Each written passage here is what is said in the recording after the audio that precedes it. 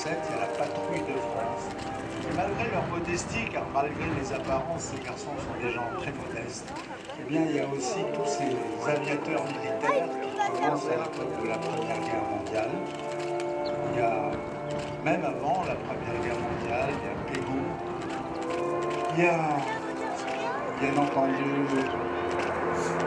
Mingessa.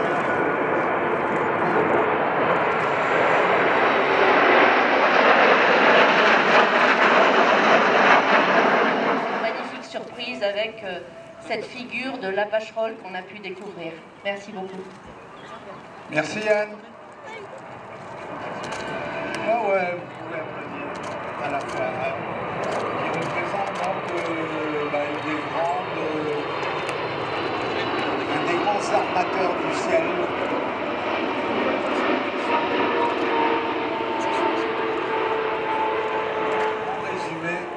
Ce qu'est l'aviation commerciale française aujourd'hui.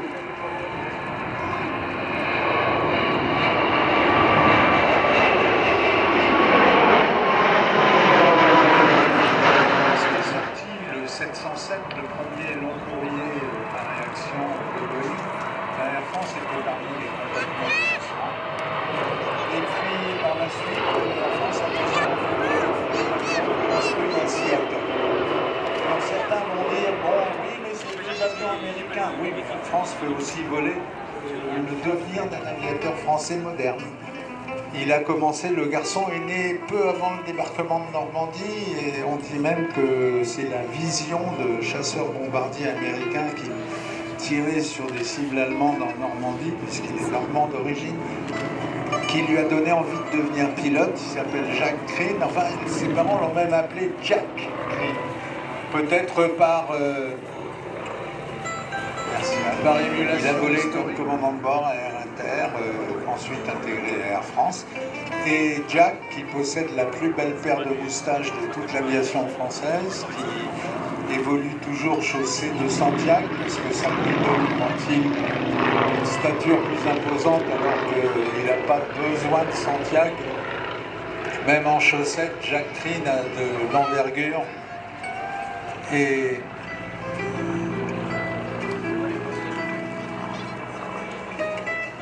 tiens, oui, à l'époque, il y avait un restaurant qui a toujours la faveur des choses, mais on aimait bien aller chez Maxim's quand on était aviateur pour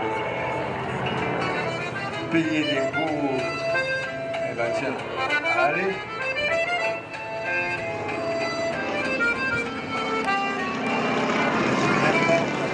À l'intérieur, là où c'est caché, parce qu'on peut appeler la carrosserie nature. Parce qu'on peut appeler carrosserie nature. Comme aurait dit un camarade qui venait de temps en temps voler sur nos avions ici. Bonjour, Jean-Paul. Un petit lettre.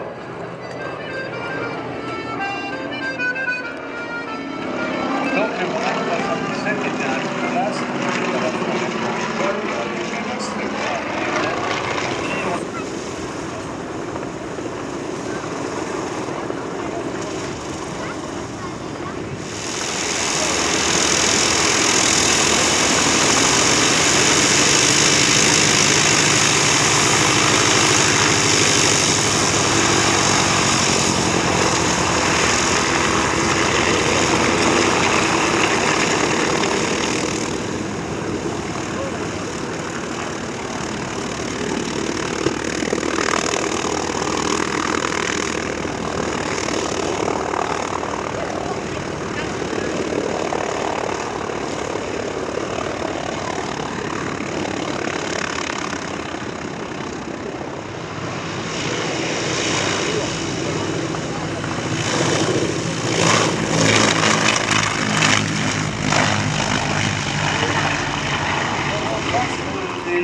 du Normandie-Niemen, il y avait des jeunes gens qui étaient tout aussi admirables d'ailleurs, qui eux étaient nés en Allemagne, en Autriche, et qui étaient donc les pilotes de la Luftwaffe.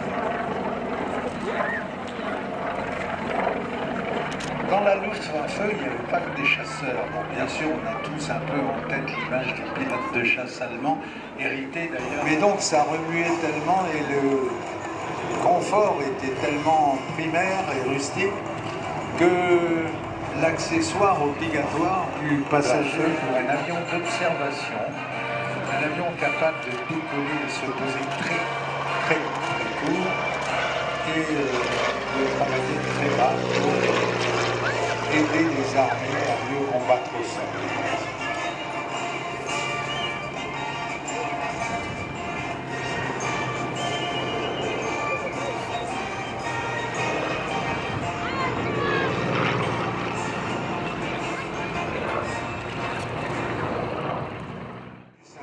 Ce superbe trimoteur a donc largement démontré qu'on pouvait faire des avions en métal et faire néanmoins solides et légers. Et puis le petit monomoteur extrêmement simple à industrialiser, c'était des avions qui pouvaient être construits très rapidement et qui pouvaient également être réparés. Aujourd'hui, où le vent est à 45 degrés de l'axe de la piste,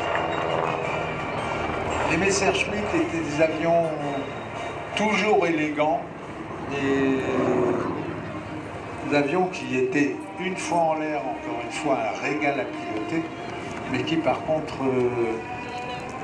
à l'atterrissage, au décollage, pouvaient devenir retour aux affaires, enfin d'arriver aux affaires de régime d'insigne. L'aviation est devenue véritablement une affaire d'État. La formation d'atterrissage, c'est pattes de cigogne qui vont donner l'impression.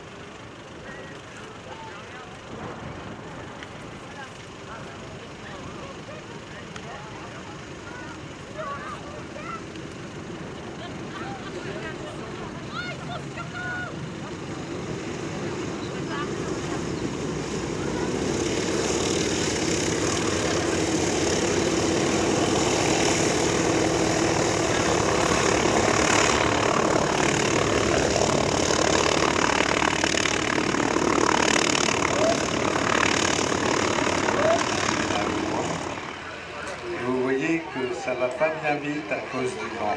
Une petite ascendance et on le voit monter. C'est le genre d'avion où il y a des difficultés à le faire redescendre. Parce que, bizarrement, il vole beaucoup mieux qu'il ne roule et une fois en l'air, le moindre zéphyr le fait grimper au ciel.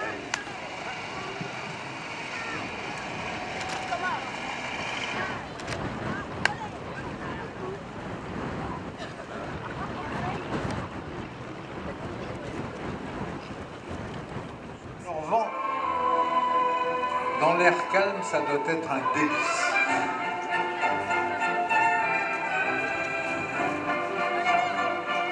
Si vous voyez que son hélice a une drôle d'apparence avec des reflets bleus, mais c'est simplement que pour souci esthétique, mais qui n'existait pas à l'époque de Hugo Yonkers,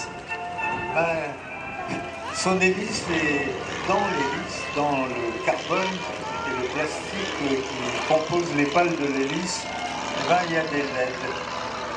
Alors donc ça fait tout bleu, plus de face, et c'est pour ça que ça lui donne cette apparence extraterrestre.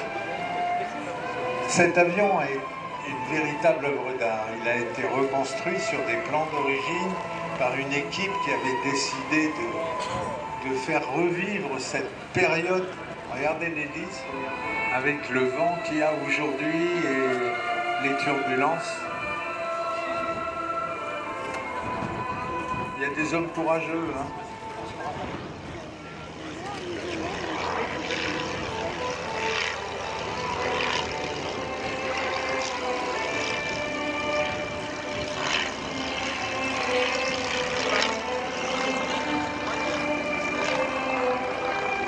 Donc cet avion, je disais, a été reconstruit. Regardez la bataille au palonnier.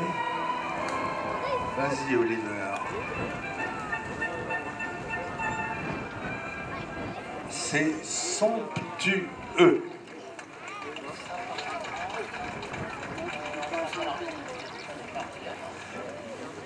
Une respiration voltige avec l'équipe de voltige aérienne de l'armée de l'air qui nous a envoyé le salon de Provence et je passe.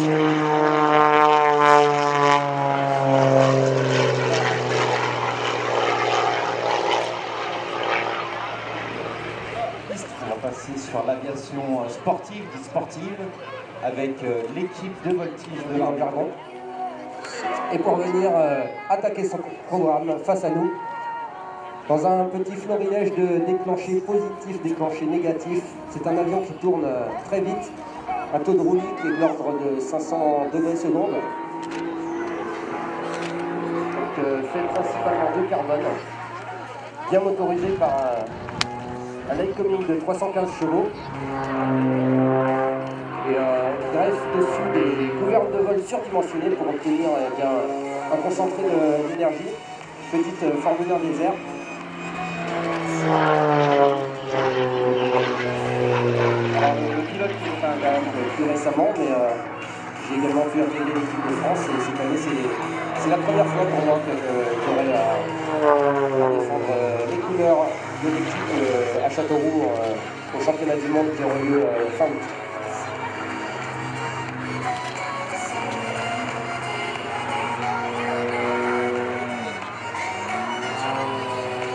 On se rend compte également que c'est un appareil qui évolue dans une grande plage de vitesse, puisque comme vous le voyez, il a effectué un petit stationnaire à vitesse quasi nulle. Alors c'est un petit peu moins facile qu'en hélico. On peut dire que maintenant les nations sont convaincues des qualités de cet avion, même les nations historiquement qui volaient sur Sukhoi, notamment à l'Est. On se rend compte que tout le monde migre tout doucement vers l'extra. Que vous voyez, c'est simplement de l'huile de paraffine qui est injectée au niveau du pot d'échappement. Donc il a le mérite comme celui que vous voyez, plus un biplace qui nous sert à l'instruction de début, principalement. Et pour faire voler ces avions, nous on est 6 pilotes en tout. On est épaulé par 6 mécaniciens. Aujourd'hui c'est l'adjudant Ludivine Proietti qui est chargé de la recrutement.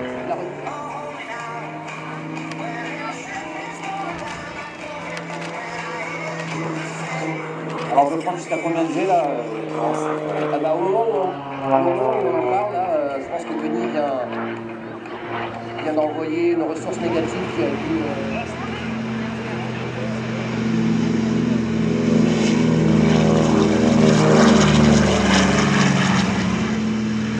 On va maintenant entrer dans un plateau. On ramène toujours à la Deuxième Guerre mondiale. Ce qui s'est passé, évidemment, on en parle beaucoup.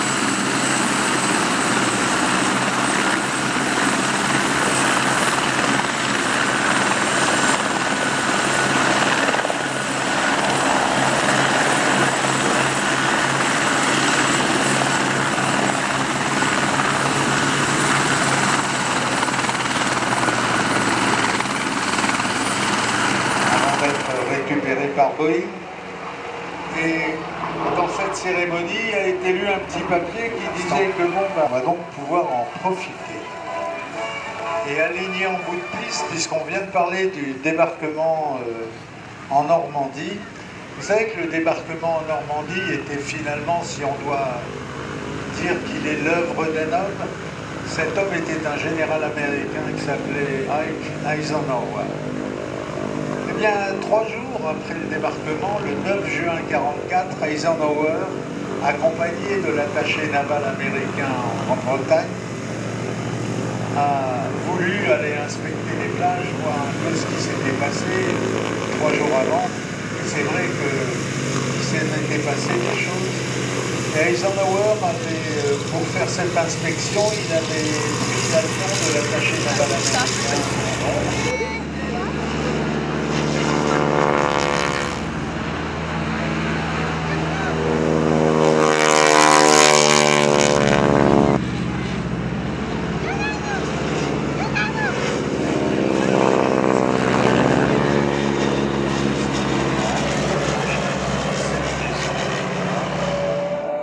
flotte américaine était à l'ancre dans le port de Pearl Harbor, sauf les porte-avions de la flotte du Pacifique, heureusement, qui étaient en mer pour des exercices. Et quelques minutes plus tard, tombant du ciel,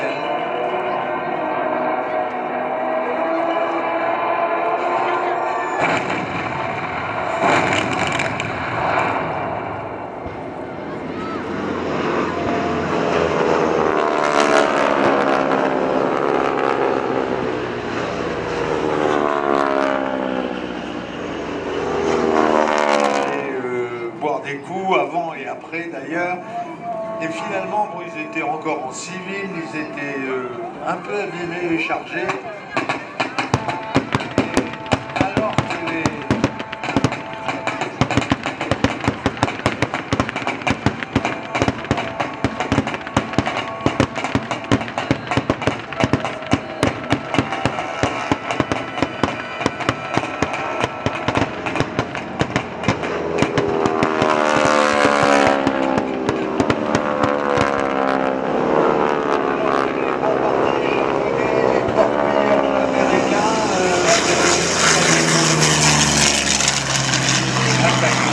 Pearl Harbor.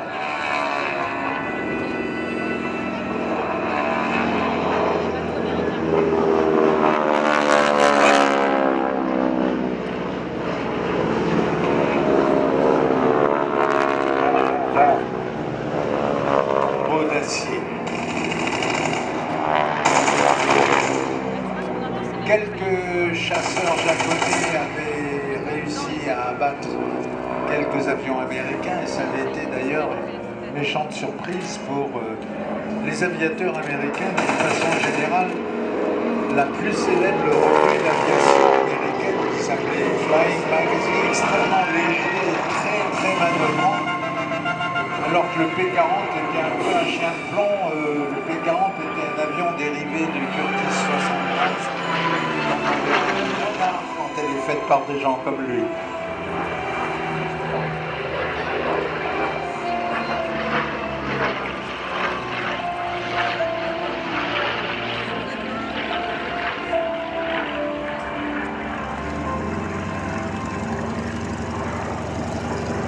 En train de tourner des tonneaux comme un playboy, courant d'aérodrome en aérodrome, Bernard Vieux-Pillot, qui pilote cet avion qui appartient à la collection de François bientôt par Pearl Harbor, pour équiper l'armée de l'air, certains escadrons de chasse de l'armée de l'air. Alors, si vous avez un peu de sens style, s'il n'existait pas, il faudrait l'inventer. Stephen Gray a donc volé. Et puis surtout, il a aussi hérité la possibilité d'aller voler dans des trucs qui font rêver les autres, mais que lui a l'infini privilège d'utiliser pour de vrai. L'avion est un Bearcat, un Grumman Bearcat. Dessus de l'escadrille Lafayette sur le fuselage. Moi, j'aimerais bien que cet avion reste en France. À vos portefeuilles. Dis donc.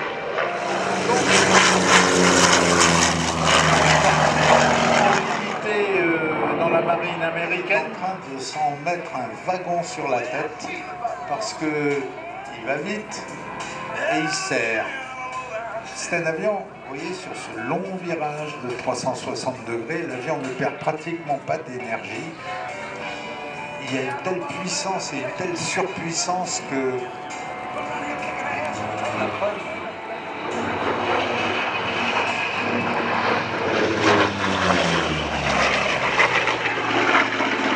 Survolé d'un Corsair.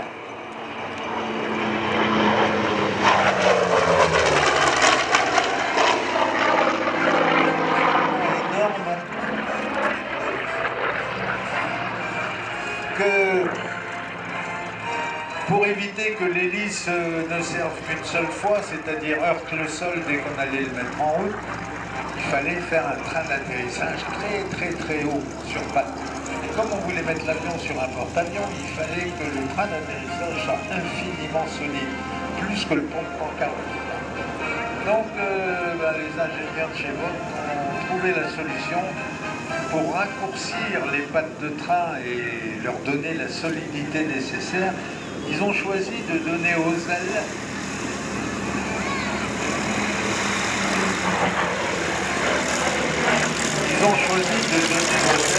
le rôle de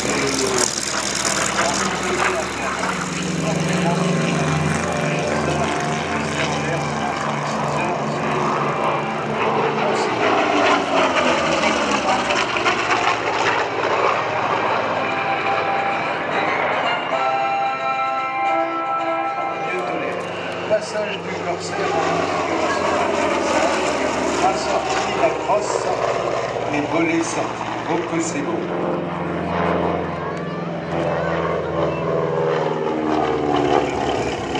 Le gars, il rentre dans son univers, il a les bulles qu'il aime, ça lui rentre dans les trous de nez, enfin bon, il est heureux, il retrouve. C'est autant culturel que gustatif.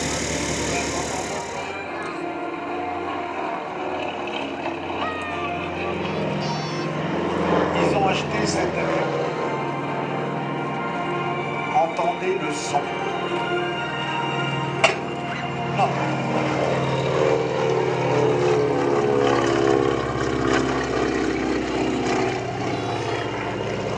Ce travail de sacrifice, de sueur. Et donc, Fred arrive. Fred arrive.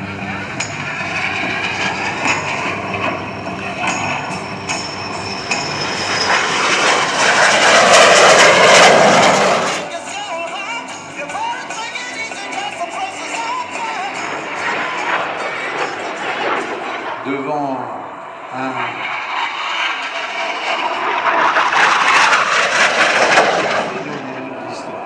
bon, bien sûr, on parle du T6, on en a vu beaucoup, on parle du Mustang et on parle donc du Sabre.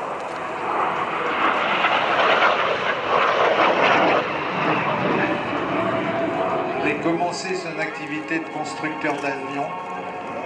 Sa succession a été prise par son fils Serge. Et Serge, il venait très souvent ici sur le plateau, il venait à tous les meetings. Eh bien, on voudrait te remercier, Serge. Ce survol est pour toi. Voici la patrouille d'assaut.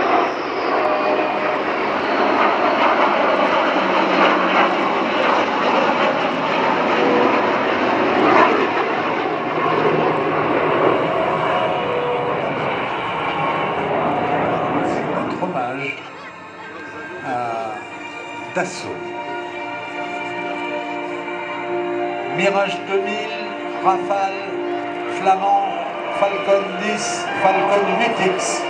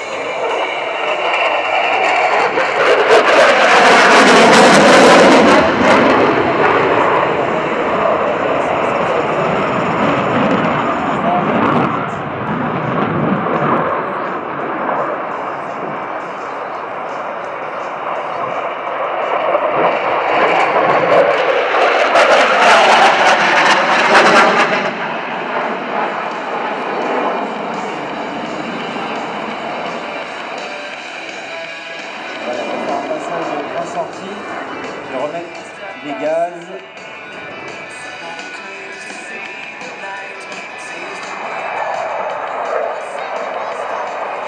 À la fin sortie pour le Rafale, il va simuler un atterrissage.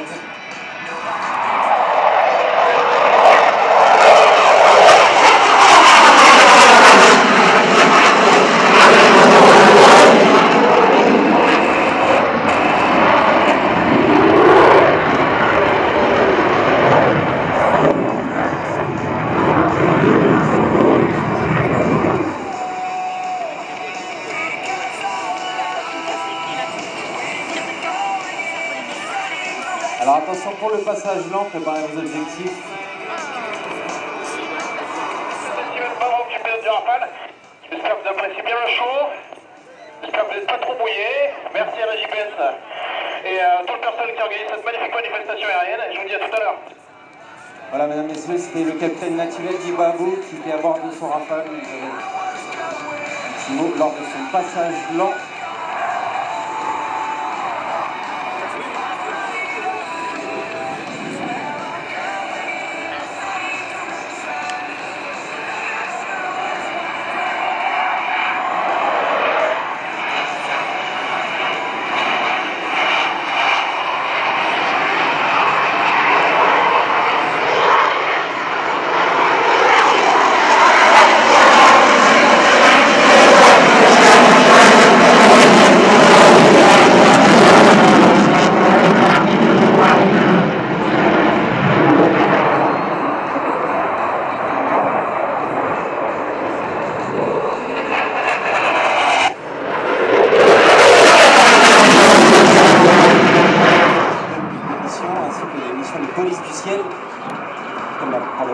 Opérationnel afin de garantir la souveraineté aérienne.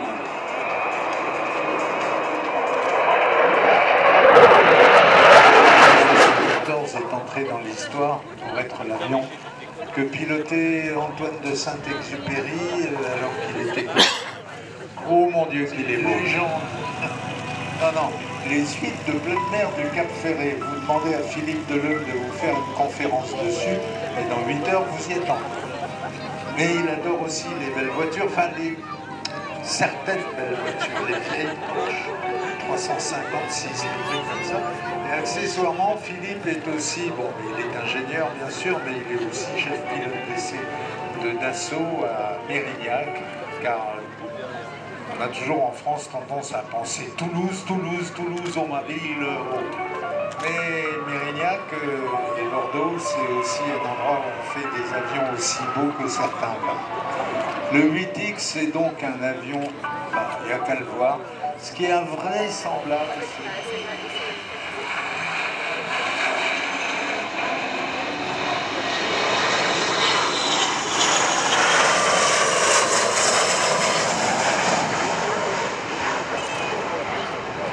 Alors on a dit à Philippe, tu fais pas le tonneau avec... Exactement. Et voilà, vous voyez, nous allons vous saluer.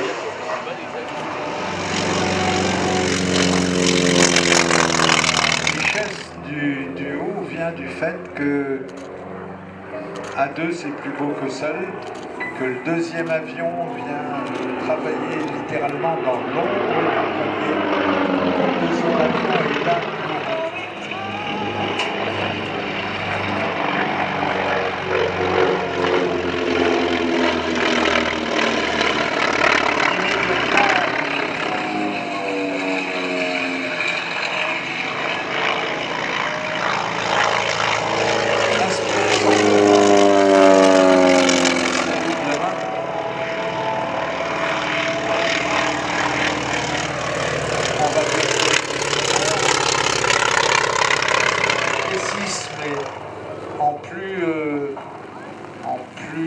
militaire, on va dire, enfin avec des performances plus élevées.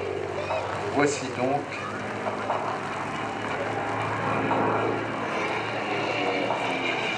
la position dans l'espace, dans le ciel, la position de la plateforme.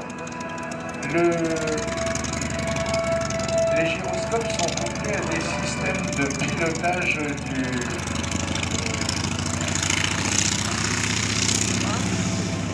Les gyroscopes sont couplés à des systèmes de pilotage qui permettent de stabiliser automatiquement la conduite de la machine dans le ciel, puisqu'il s'agit d'une machine. Donc on a à la fois 4 moteurs qui poussent vers le bas, qui envoient de la poussée vers le bas, et puis on a un système d'intelligence artificielle moderne embarqué qui d'un certain côté évoque un petit peu ce qu'on va trouver sur les drones les plus intelligents, sauf que là on est quand même, le drone c'est bien mais il n'y a personne dedans, alors que là il y a quelqu'un dessus. On monte dessus, on tient dans la main droite un moteur, la commande du moteur fusée.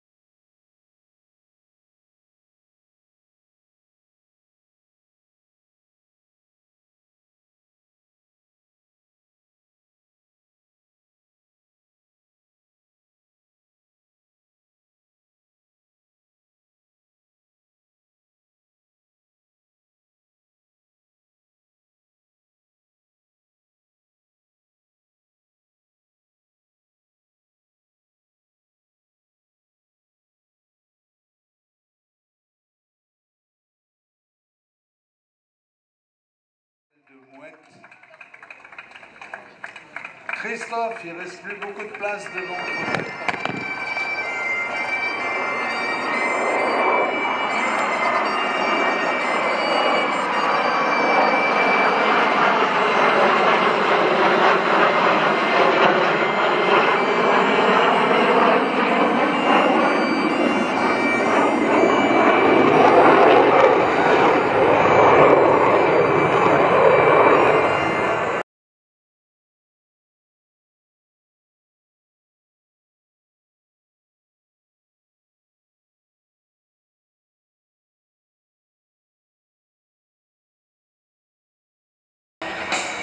Et il apparaît soute ouverte. Vous pouvez admirer cette configuration d'observation.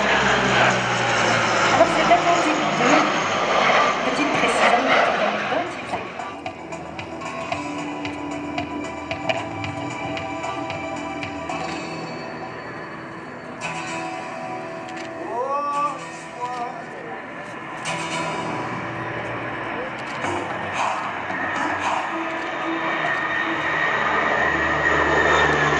Alors cet Atlantique 2 est un colosse et c'est aussi un couteau suisse.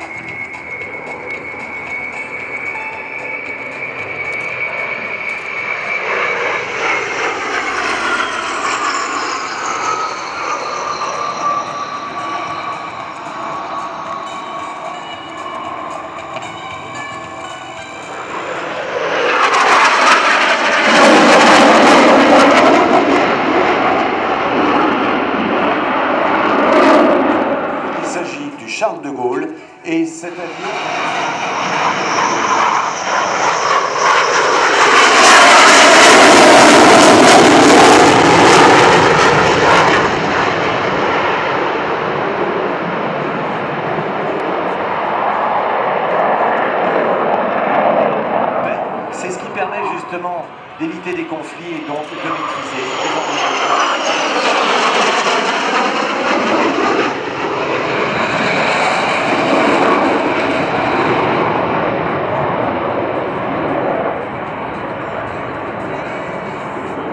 La patrouille, c'est aussi leur quotidien. C'est un travail qui est fait en commun, un travail qui est fait à partir d'un Hawkeye. Le Hawkeye, c'est cet appareil qui est un radar volant et qui va maîtriser un espace aérien et qui va guider les pilotes. Ces avions qui travaillent entre 10 mètres du sol et 12 000 mètres d'altitude viennent face à vous pour un éclatement.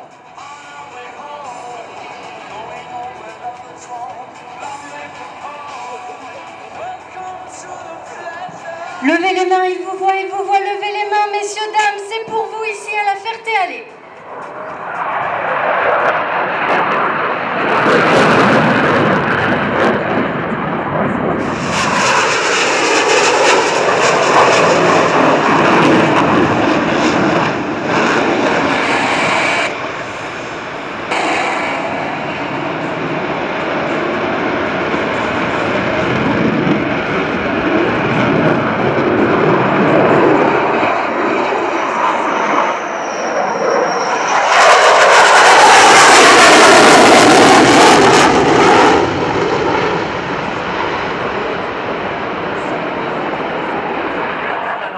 Pour aller voir très loin, pouvoir envoyer les missiles là où ils doivent être envoyés, puisque par auto-illumination ils peuvent faire vitesse.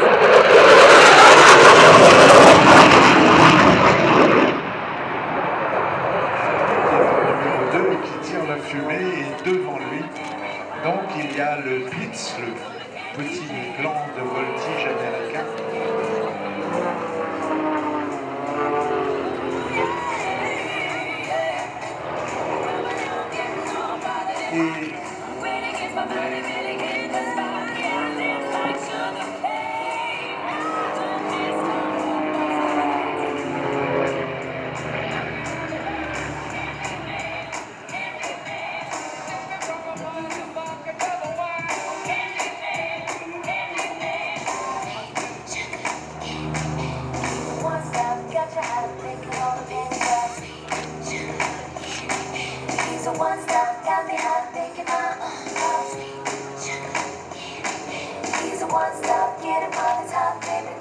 Donc, je reprends dans le biplan, celui qui est devant et qui est bleu foncé. Il y a Bertrand Boileau, et Bertrand a donc été pilote à la patrouille de France. Sur tous les deux, ils ont monté une petite patrouille pour jouer. Au début, c'était l'idée. Une patrouille, ils ont appelé Skylo. Il y a d'ailleurs Ils ont même trouvé un sponsor qui est ce sponsor. Ils ont monté tout un programme de meeting à l'année pour finalement amener la politique aérienne souriant pour amener ça dans les moyens aussi. Donc, un peu de voltige, non pas pour rire, parce que c'est jamais pour rire, parce qu'en plus de ça, les deux qui sont en l'air sont véritablement des orfèvres en la matière. Mais voilà la voltige de sport pour se faire plaisir. Le Blitz qui est en train de tourner devant nous, le petit plan, est un avion américain qui a été conçu immédiatement.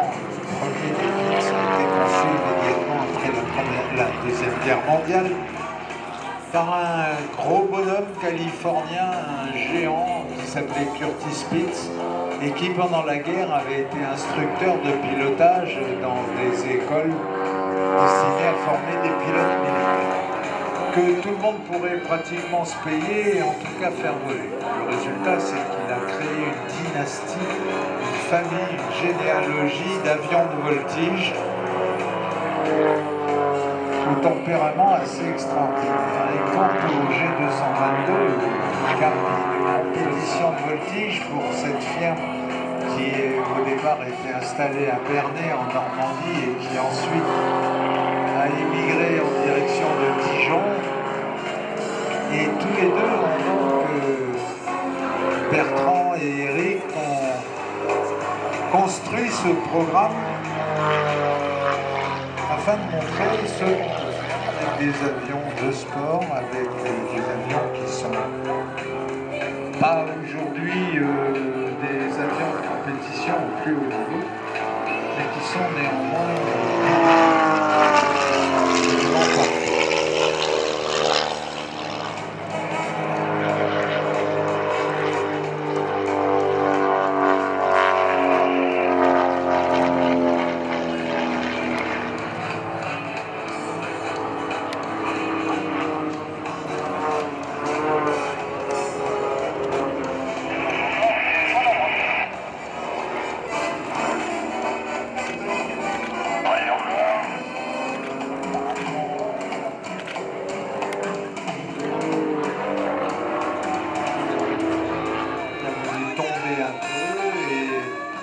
A bien voulu se nettoyer, se dégager.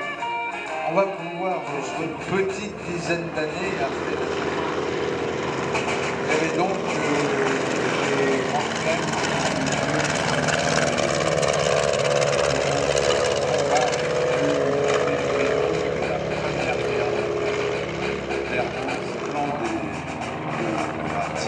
de chasse aérienne, et il y avait un garçon dont le nom est très usité ces temps-ci, s'appelait Roland Garros.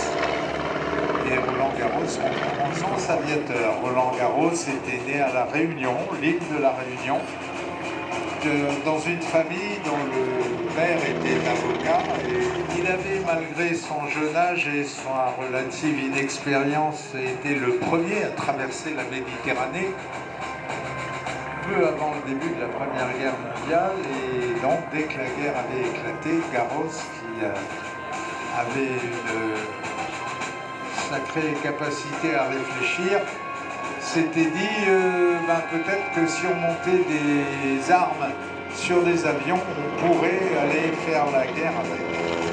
Et ainsi, il avait été l'un des premiers à pratiquer la chasse aérienne.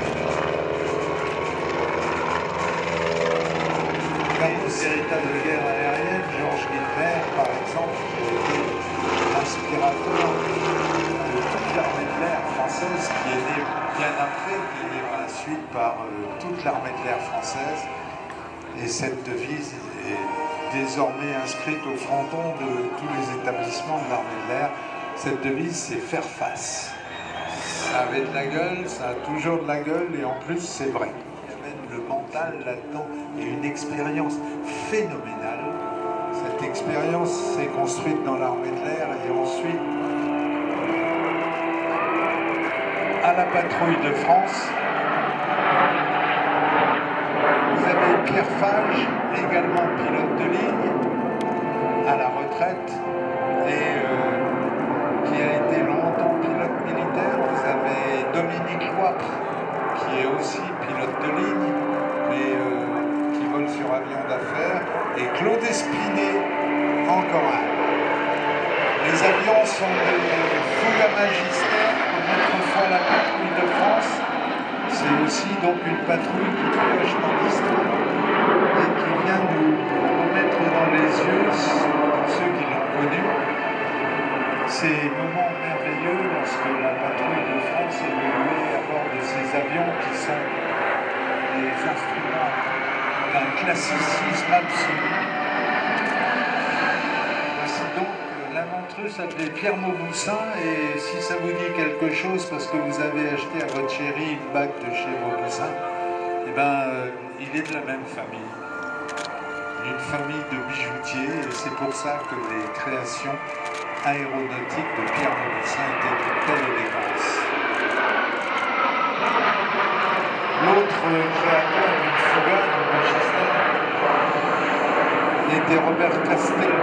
Lui, c'était un hombre, c'était un gentilhomme venu d'Espagne, un type avec également l'élégance espagnole. Il va de Bordeaux jusqu'à Pau. Eh bien, vous passerez par Aire-sur-l'Adour et vous verrez étrangement au bord de l'autoroute un fougas sur un pylône. C'est juste pour rappeler, parce qu'Aire-sur-l'Adour, c'est quand même pas capitale aéronautique comme Los Angeles, mais c'est juste pour vous rappeler qu'à cet endroit est né un des plus beaux avions à avoir jamais volé.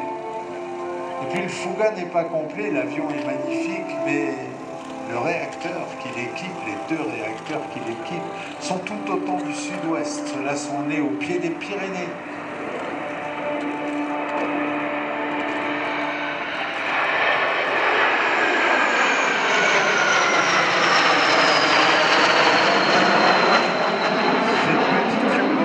Qui ont pété les tympans de générations de mécaniciens de l'armée de l'air tellement ils émettent d'infrasons, sont très aigus dans leur sifflement.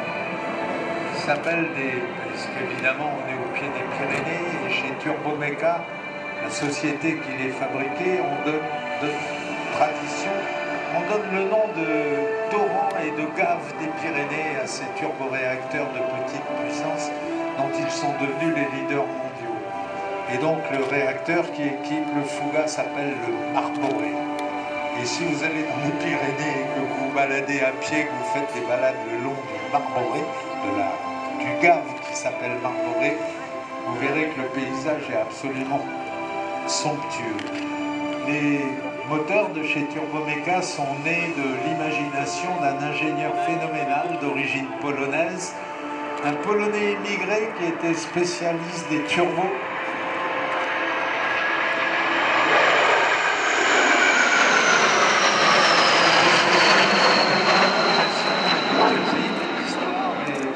Magistère, de Turbomeca, hypothèse Air Fouga qui construisait les avions à Blagnac. Ici donc le salut de la patrouille tranchante. Superbe, classique, propre, tranchante. Bravo messieurs, somptueux. Certains temps, plus d'un demi-siècle, ce qui est un des plus beaux spectacles d'aviation du monde. Voici avec le salut de Jacques Crine qui tourne, ancien de la patrouille de France, immense pilote militaire puis civil.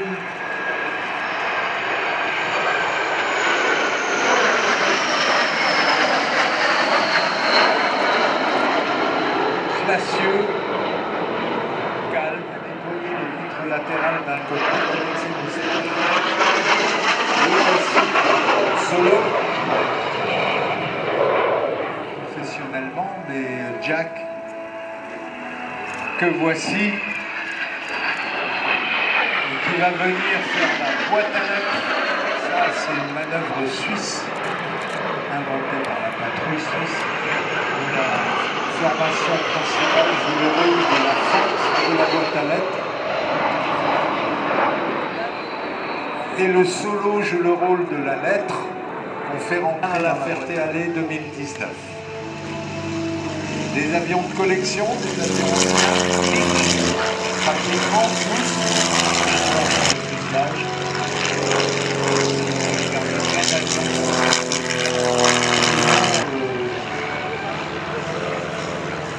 aussi délicieux à piloter que le... Et puis derrière un Stearman, et puis derrière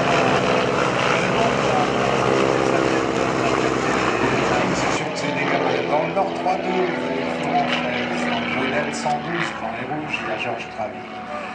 Dans le 20, au-dessus, qui fait de la voltige, le bleu-blanc-rouge, couleur de la patrouille de France, Éric Bacheville. Dans le N3N, le blanc fabriqué autrefois en Amérique dans une boîte qui faisait des tramways. On est obligé d'avoir un Nobel de littérature.